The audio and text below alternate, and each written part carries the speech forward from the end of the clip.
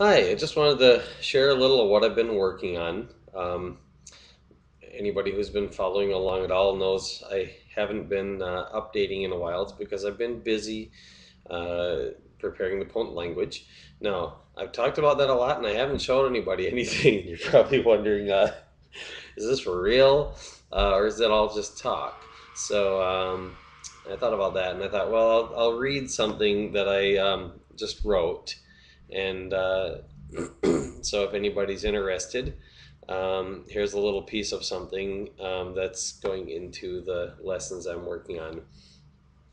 It's about classifier words. It starts out a prefix, suffix, or infix in the Pont language can be written and pronounced as a classifier word by attaching the ho ending to it. It's spelled apostrophe H-O, by the way. A classifier word modifies the functionality of the word which directly follows it. Some classifier words may correspond to more than one affix, with identical spellings and pronunciations, but different meanings, and different conventions for where to attach them so that a person can learn to intuitively distinguish between them with practice. Um, by the way, the ho ending comes from a word which basically means oh. Uh, any rate, it's derived from Esperanto. Okay, continuing. This makes the affix structure very powerful compared with the classifier word structure. But the advantages to the classifier word structure are that they do not make the affected word longer or more complicated. They do not multiply the number of words to learn, and they can be pronounced and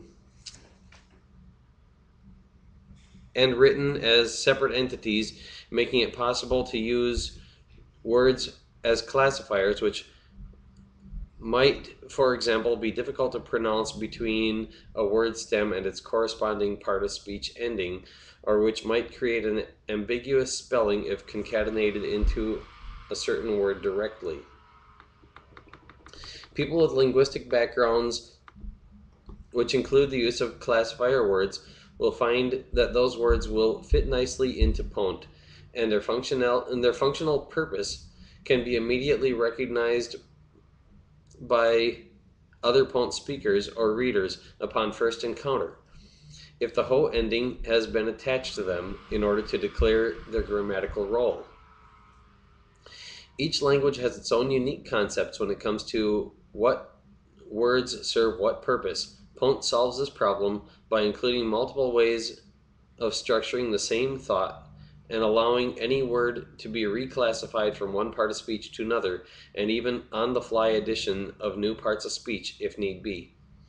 For example, one may declare that the at sign apostrophe HO at ho indicates that the following word is a domain name for an email address, which was just specified, and that it can alternatively be attached as a prefix to the domain name before prefixing the email name, allowing the formation of a functional email address from a proper grammatical phrase such as Donald Arthur Kronos at ho gmail.com.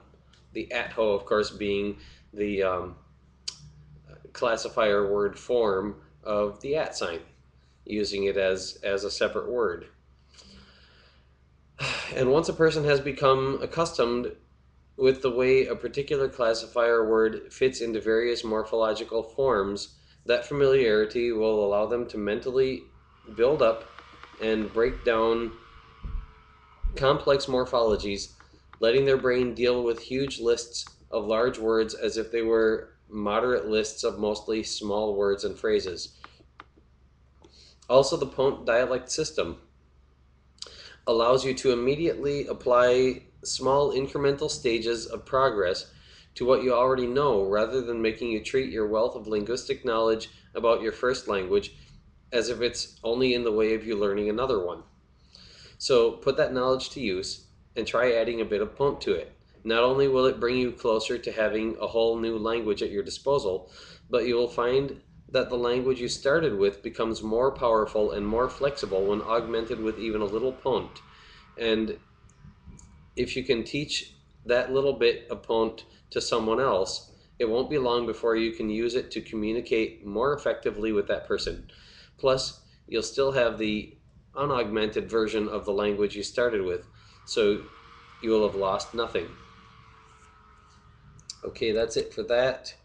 Um, Only 5 minutes and 33 seconds into the recording. That didn't take as long as I thought it would. Okay, I'm getting back to work, so hope somebody out there enjoys that little sample of what I'm working on before I actually have it all ready to be published. Doing the best I can. Take care.